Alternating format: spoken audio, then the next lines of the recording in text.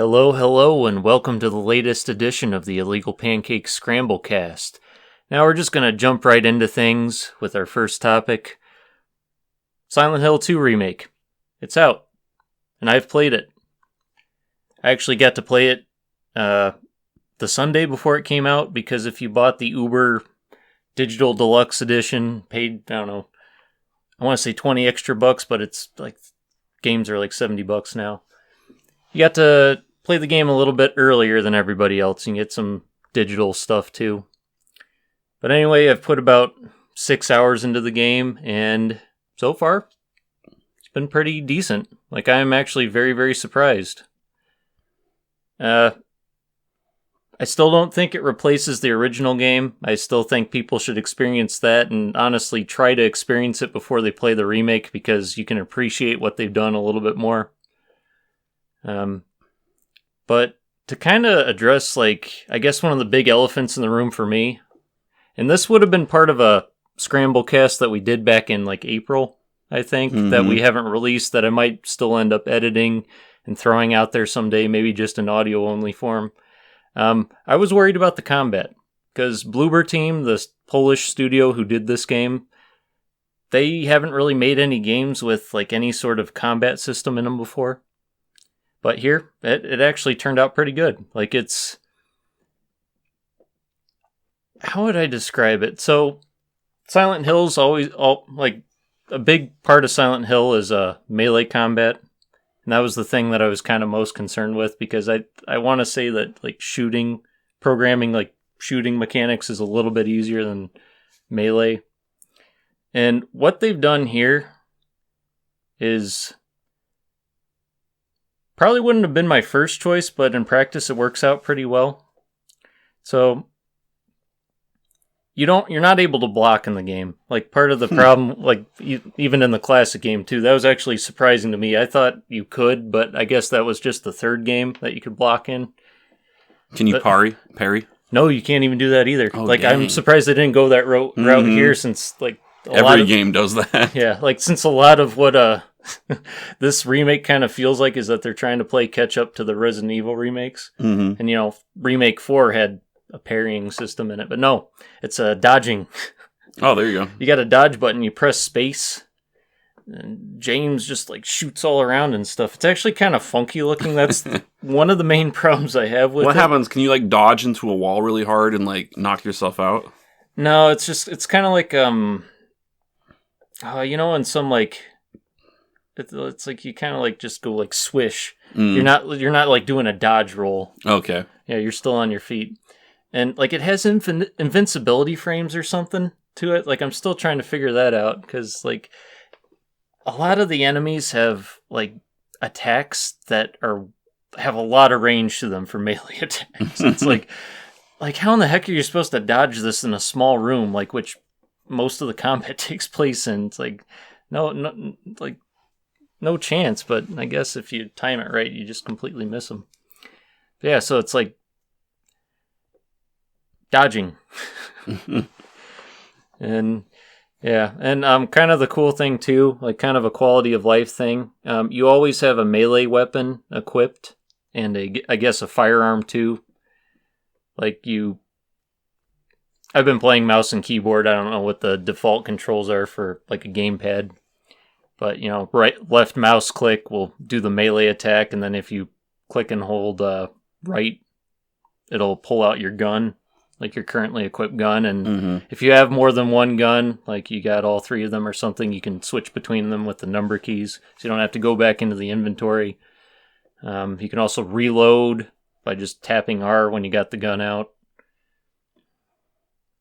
You can use healing items, too, with a key press. It's like, they've kind of upped the quality of life thing, like similarly to Resident Evil 3 and, the Resident Evil remakes. So. Cool. Yeah, that's a big thing there. And as far as, like, the story goes, I think it seems to me that it's pretty much intact, but I'm only 6 hours in. I only just got to the other world right after the first encounter with Pyramid Head, the very infamous cutscene there. really the only thing that seems different to me is that they're not as subtle in a lot of places. Like, James is way more expressive and emotional, and I don't necessarily like that anymore than I did in the original, where he was way more like kind of dialed back and like deadpan at times. Mm-hmm.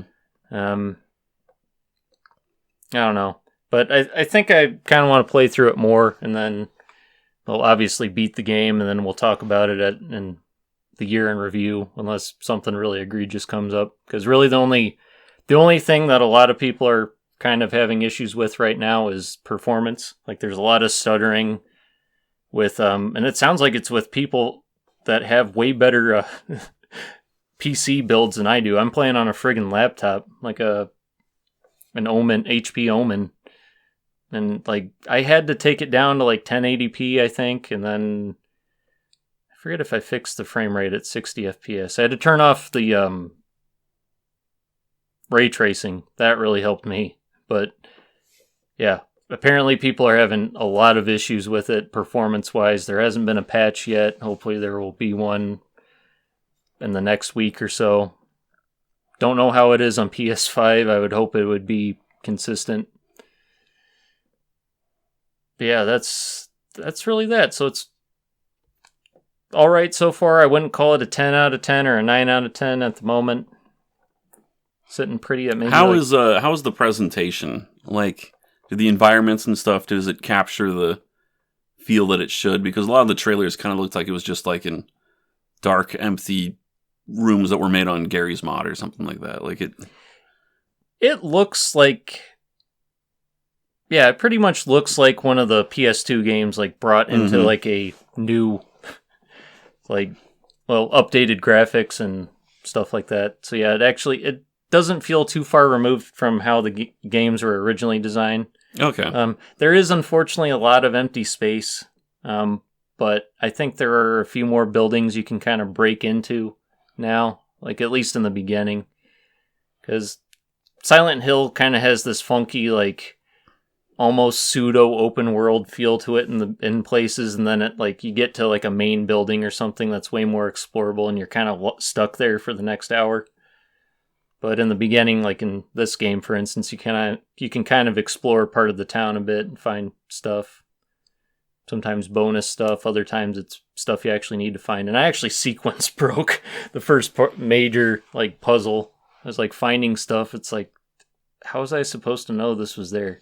It's like, oh, this one, like the thing that James wrote on the map, you were supposed to go there first and then figure out, oh, this is what I'm supposed to do, instead of find all the pieces to it separately, because you pretty much explored every building you could get into. So, I don't know. I'm having fun with it. Has your experience playing the original Silent Hill 2, does that benefit you? Like, do you feel like that was like beneficial? Like, you were able to know and figure stuff out quicker? Or do they mess with you? Is it one of those, is it like the Resident Evil 1 remake where they put stuff in the game to throw off fans of the original? I think it's the latter case, because it's been a long time since I've given the original game a proper playthrough. Like, I've done partial playthroughs of it since, but not like gone all the way through it, and I honestly should. But I think, like, so far what I've encountered, it's mostly been new stuff or stuff that I forgot just because it's been so long. Like, because I think there's the main puzzle in the first set of apartments you go to is more or less the same. And I think the one that I've come across with a grandfather clock is similar. But the initial one that you do, like, in the town, I don't really remember that one. You have to like hunt down the pieces of a broken like final single and put it in a jukebox. Yeah, but they still have kind of like Silent Hills 2 and 3, the original versions, they have puzzle difficulty. Oh, cool. So you can have like an easy and like normal and then hard, which I did normal settings for both because I don't want to get frustrated with the game, and I don't know. Like, I have been having my butt kicked by the combat just because I'm not like used to it yet. And like when a new enemy comes out or a new variant of an enemy. Okay, next question. Since we shilled the music last week, does the soundtrack hold up? Is it a new soundtrack? How's the music? It's pretty good. Like, the newest thing that I've noticed is that it's kind of... How would I describe this? It's kind of a dynamic soundtrack in places. Mm-hmm. Like, there'll be like a main soundtrack for an area, and then if you go to like a certain room or something, it'll change to something else. Like, that's very apparent in the apartments. There's a couple of places where it does that. That's probably... There's kind of like something like that present in the original game, I want to say. Instead of it kind of being like, kind of like a analog, like, switch to the other track, it's because you're entering an entirely different room that you have to pass through a door to go through, and that's like, loading screen kind of thing. But here it's just like there's like no seams between the rooms. You just kind of go through the door, and then as you like, when you're in that area, it just kind of gradually changes to that other track. Oops. Just dropped my phone. Sorry. All right. So, last question. All right. The game hasn't crashed at all, has it? I have not had any issues with it crashing. Okay, cool. Yeah. I figured you hadn't because you hadn't brought it up earlier, but I wanted to ask anyways, just because that's something you got to keep in mind when you're playing new games and reviewing games and stuff. Yeah. Nope. No issues with that yet. Knock on wood. Mm-hmm. All right, sweet. So that's 2 thumbs up currently. Maybe just 1 for now. I don't want to commit to 2. Yeah, we'll just do 1 thumbs up right now. Okay. All right. Sweet. So you had something you wanted to talk about. Yeah, so with it being October, I wanted to talk about something that I meant to recommend during the Halloween Recommendations podcast, but I'm glad I didn't because it kind of put me down a weird rabbit hole. So... there's a music album, and it's called Music of the Night, and it's by a band called the Transylvanian Orchestra. And I'd known about this album for a long time. I don't know if I'd listened to it start to finish until this year, but to give you a brief overview on what it is that it's just rock covers of different Halloween-ish songs, like the Dracula song, they're like, da-na-na, da-na-na-na. I mean, it's not really a Dracula song, it's a Beethoven song, but they have like a guitar cover of that, and they have a guitar cover of the song People Are Strange by, I want to say it's by Talking Heads? I can't remember, that could be totally wrong. But just a lot of different creepy songs, like Phantom of the Opera, the, what's it called? The Funeral March from like the, what's that old bald dude's name? Who makes all the creepy movies? Alfred Hitchcock. I had his initials in my head. I was like, A.H. I know it's A.H. Like that, he used to play that during, I think, his TV show, but it's just a bunch of Halloween-esque music, but it's like fun rock and synth covers of them. And so it's really fun. 10 out of 10 recommendation for Halloween music. But growing up, I say growing up, like it's been that long. It might be that long. I don't know. I've known about this album for a while. And I always assumed it was just done by the Trans-Siberian Orchestra. And if you're not familiar with them, it's, I assume, a European orchestra that does mostly like Christmas music. I just assumed that they changed their name and did a Halloween album. But I found out that it's not. That the name is actually supposed to be a parody of them. And the dudes who wrote it were not involved with the Trans-Siberian Orchestra at all. As far as I can tell, they weren't involved.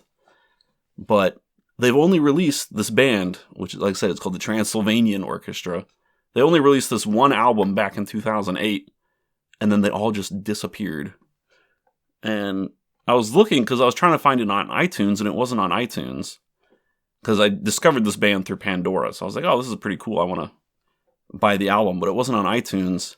So then I went on to eBay just because I wanted to see how much it cost to get a physical copy of the CD. This album, to get a physical copy, you're looking at like $200. I was like, what on earth?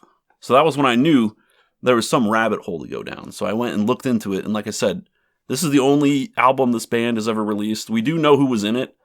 I assume that if you buy the physical copy, it has the list of who performed like the strings and the guitars and the drums and stuff. And after trying to stalk them on the internet, again, most of them haven't done that much stuff. So the lead guitarist has done the guitar for a lot of blockbusters. Like he did the guitar in the most recent The Batman movie for the score and stuff.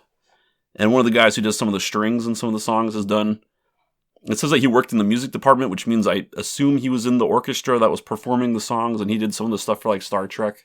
I'll post a link to an article that I found by I want to say it was called Horror... GuitarMuse.com did an article on them. That's where I found most of this information from.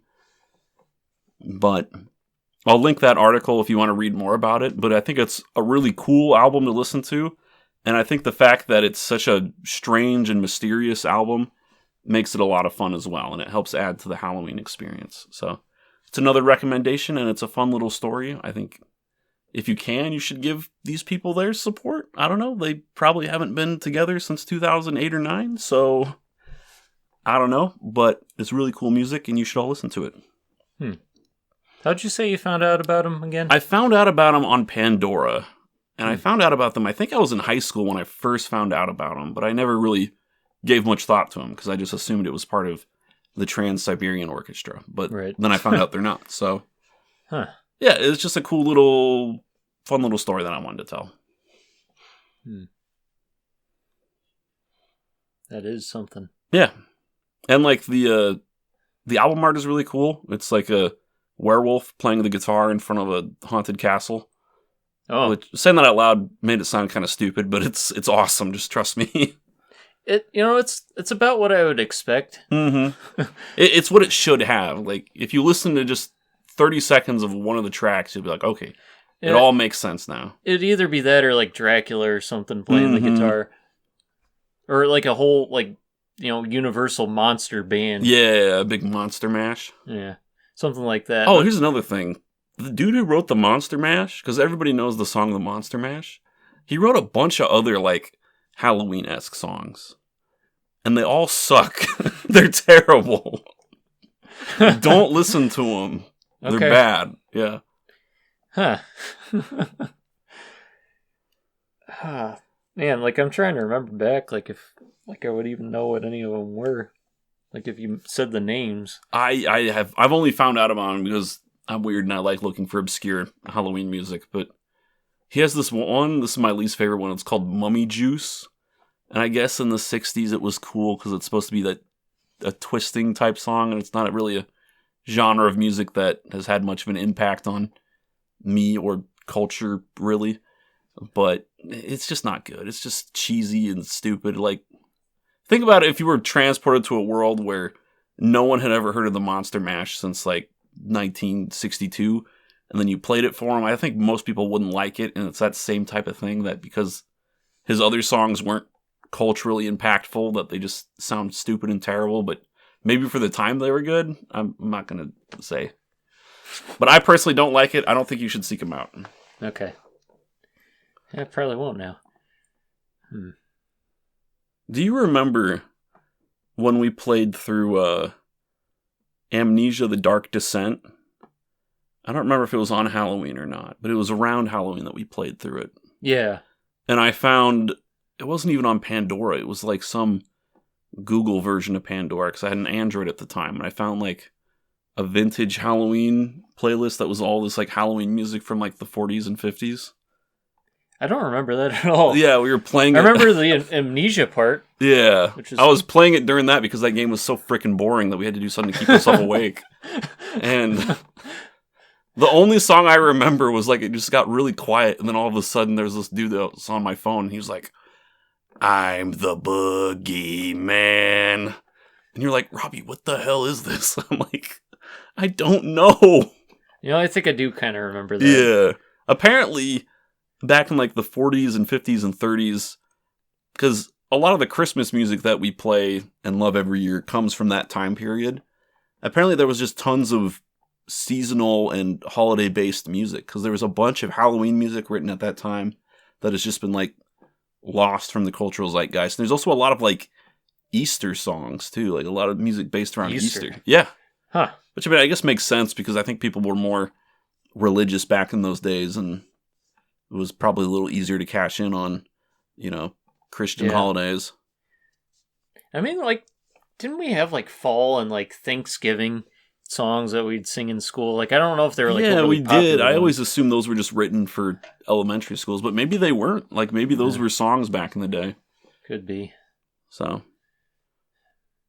yeah, fun little discussion, a fun little rabbit hole you can go down. Vintage Halloween music, but also none of it's as good as Transylvanian Orchestra. So listen to them first, then you can go down the other rabbit hole. And speaking of rabbit holes, jackalope holes, Red Dead Redemption holes. A long time coming. Mm-hmm. Yep. Friggin' Red Dead Redemption, as in the first game. Well, not the first game in the series. There's actually a bunch in the series that nobody knows about. There's just one other one, Red Dead Revolver. But I think Red Dead Revolver was a sequel to a game. It wasn't called Red Dead. It was called something else. But I think there's a few in the series. I could be wrong. Okay. But all I know is that's the first like Red Dead one. But anyway, the original Red Dead Redemption is finally coming to the PC. Yeah. About damn time. I'm trying to think. The first one came out in 2009, right? Or was it 2010? It was a little bit later than that. I want to say 2010 or 2011. Yeah. So it's been well over 10 years. Yeah. I mean, to give you guys some perspective, the second game has come out. No one even thought we were ever going to get a second game. And the PC port of that game has come out. Yeah, it came out like... Yeah, we got the trailer for Grand Theft Auto 6 before we got the PC release of Red Dead on the PC. Yeah. And it comes out on the 31st? The 29th. 29th, okay. So it comes out just before Halloween, and it comes with the Undead Nightmare too, so it's technically Halloween themed. Yeah, I think all the recent ports come with that. Yeah. Like pretty much every like mainstay version of it you can get now comes with that. But yeah, so this is kind of like surprising because they had those two ports that came out like a few years back for the PS4 and the Switch that were very, very poorly received because they were very slapdash. Like there wasn't really like any... I don't think there was any like upscaling or whatever they did in the Xbox One version, which is more or less just the 360 version that like the Xbox that has enhancements for Xbox One. But yeah, like it. I mean, I could understand them not really needing to enhance too much stuff for the Switch because the Switch, I assume, isn't as powerful. No. Yeah, but the PS4 though. Yeah, PS4 could have had some enhancements. Yeah, and the people. Like, I think we talked about this in one of our year-end reviews, but yeah, like, people might find it weird that it came out on PS4 instead of PS5, but I guess PS5 has backwards compatibility, so you'd be able to slip the disc in anyway. Okay. But even then, I don't know if that offered any enhancements. I from the sounds of it, it's not like it did. Huh.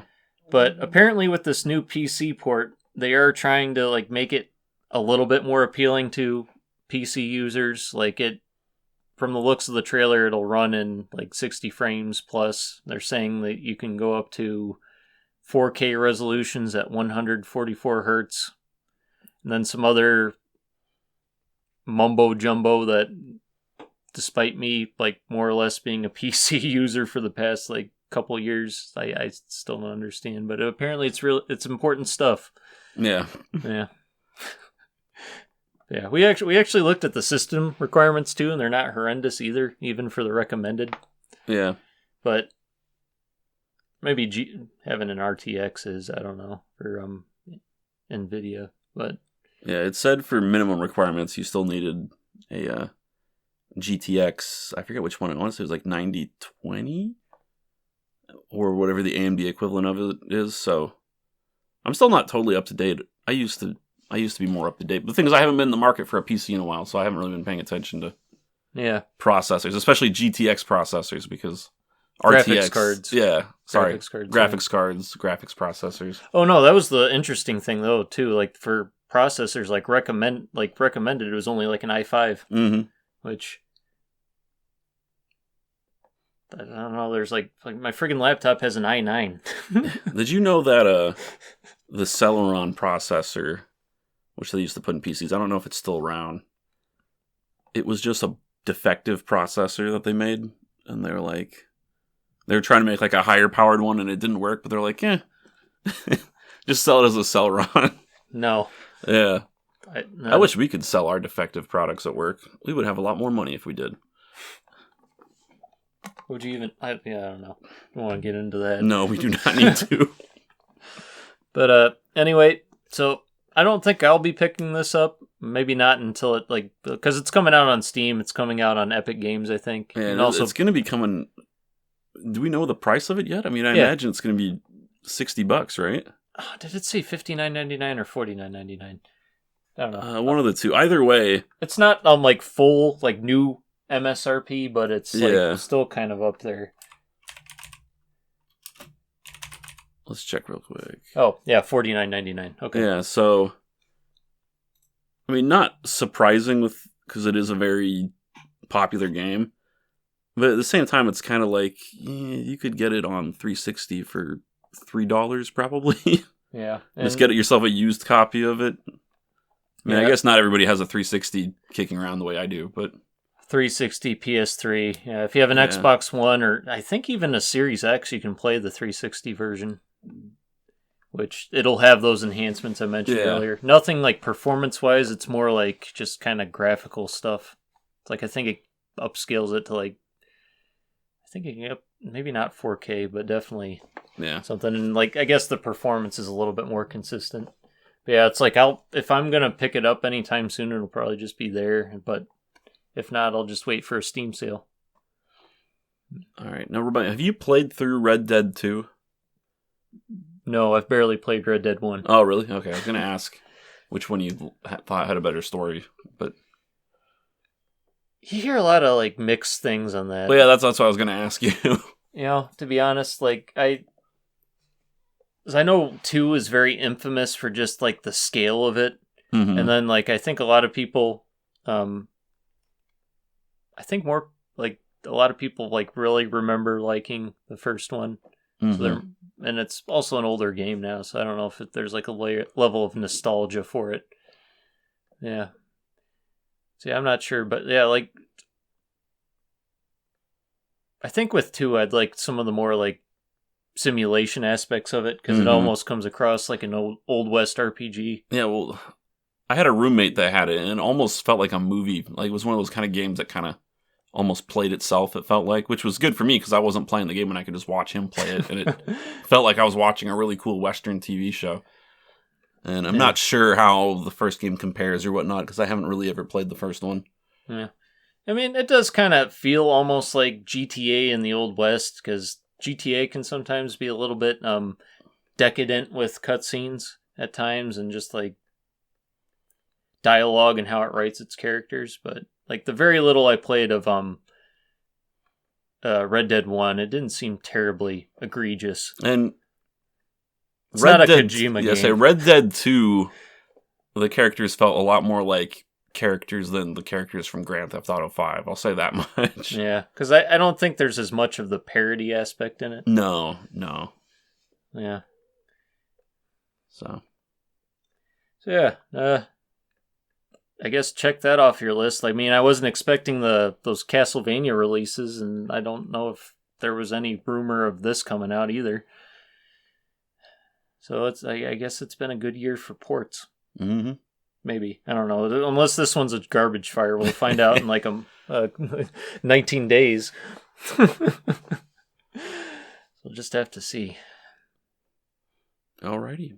Well, I think that should cap off our little Scramble cast, our Halloween edition. Sort of Halloween edition. I mean, I guess it is technically. All 3 topics have something kind of Halloween adjacent almost. Yeah. Alrighty. Cool. Well, we'll sign off. See you next time. Bye. Bye.